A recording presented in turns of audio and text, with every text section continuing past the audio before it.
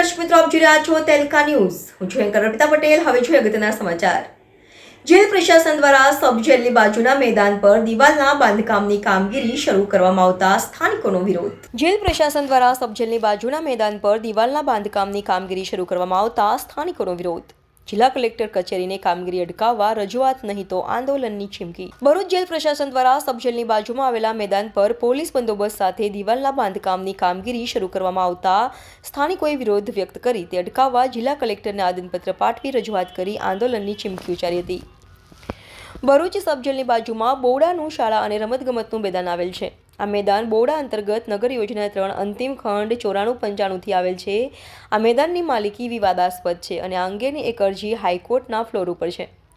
આ જમીન પરથી અહીંના સ્થાનિકોની અવરજવર માટેનો રસ્તો પણ આવેલો છે। આ વિવાદાસ્પદ જગ્યા પર પુનઃ એકવાર જેલ પ્રશાસન દ્વારા જેસીબી અને પોલીસ બંદોબસ્ત સાથે દિવાલ બનાવવાનું કામ ચાલુ કરવામાં આવતા સ્થાનિકોએ તેનો વિરોધ કરી કામ અટકાવવાની માંગ કરી હતી। આ બાદ સ્થાનિક રહીશોએ જિલ્લા કલેક્ટર કચેરી ખાતે જઈ કલેક્ટરને આવેદનપત્ર પાઠવી આ મેદાનની અરજી હાઈકોર્ટમાં ફ્લોર ઉપર હોય આ કાર્યવાહી કોર્ટની અવમાનના ગણી શકાય તેમ જણાવી જેલ પ્રશાસન દ્વારા બનાવાઈ રહેલ દિવાલનું કામ તાત્કાલિક ધોરણે અટકાવવાની માંગ કરી હતી અને તેમ નહીં કરવામાં આવે તો રમ્ય ગમતના સાધનો સળગાવી દઈ ધરણા યોજી આંદોલનની ચીમકી પણ ઉચ્ચારી હતી।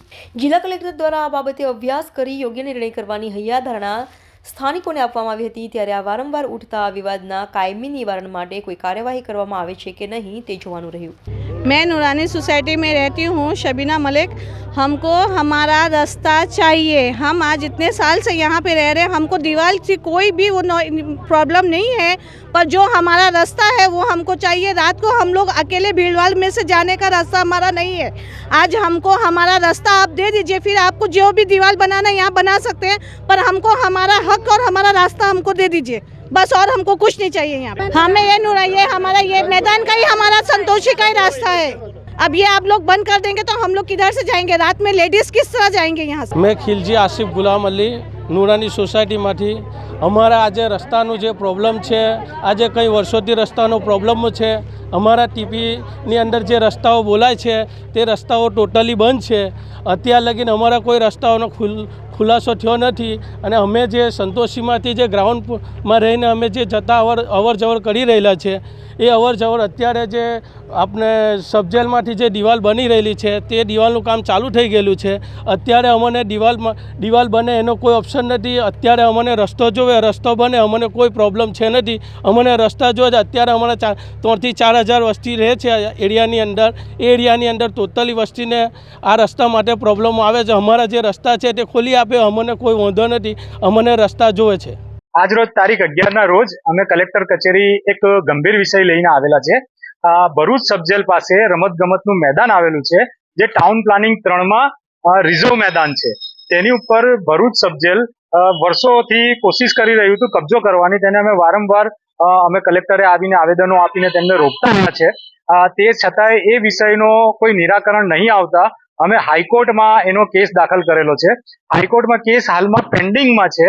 તેમ છતાં આજ રોજ ભરૂચ સબજેલ દ્વારા ત્યાં આગળ બાંધકામનું કામ ચાલુ કરવાની ગતિવિધિઓ કરી દેવામાં આવી છે। ત્યાં જેસીબી તથા જેસીબીથી ખોદકામ ચાલુ થઈ ગયેલ છે અને કામો ચાલુ થઈ ગયા છે। તો જેના કારણે આજે તાત્કાલિક ધોરણે અમે કલેક્ટર સાહેબને મળવા આવેલા અને આ કોર્ટમાં આ કેસ પેન્ડિંગમાં છે। હાઈકોર્ટમાં આ કેસ ચાલી રહ્યો છે, ફ્લોર પર છે, ઉપર ફ્લોર પર છે આ કેસ। તેમ છતાં ત્યાં આગળ જે કામ ચાલુ થયું છે તેને રોકવા માટે આજે અમે કલેક્ટર સાહેબને આવેદન પત્ર આપવા આવ્યા છે। કલેક્ટર સાહેબે અમને બાંહેધરી આપી છે કે હું આની કેસ સ્ટડી કરી અને કામ રોકાવાનું હું જે પણ નિર્ણય લઈ શકું છું તો લઈશ। તો અમને કલેક્ટર સાહેબે અમને બાંહેધરી આપી છે કે હું યોગ્ય નિર્ણય લઈશ તમારા એની અંદર। તો આજે અમારું કહેવું એવું છે કે આજે એક રમતગમતનું મેદાન શું છીનવીને અધિકારીઓ શું સાબિત કરવા માંગે છે?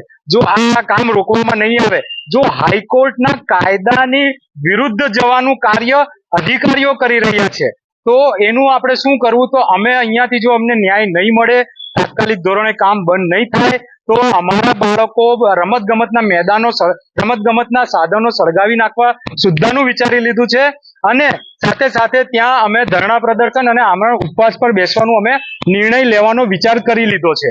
તો આજે અમે અહીંયાથી એક અપેક્ષા લઈને આવે છે કે અમારું કાર્ય થશે. હા, શરીફાબેન બોલું છું, નુરાણીમાંથી C3માં રહું છું. અમારી સોસાયટીમાં આવવા જવાનું એક જ અમે 40 વર્ષથી રહીએ જ અમારો આ જ રસ્તો છે.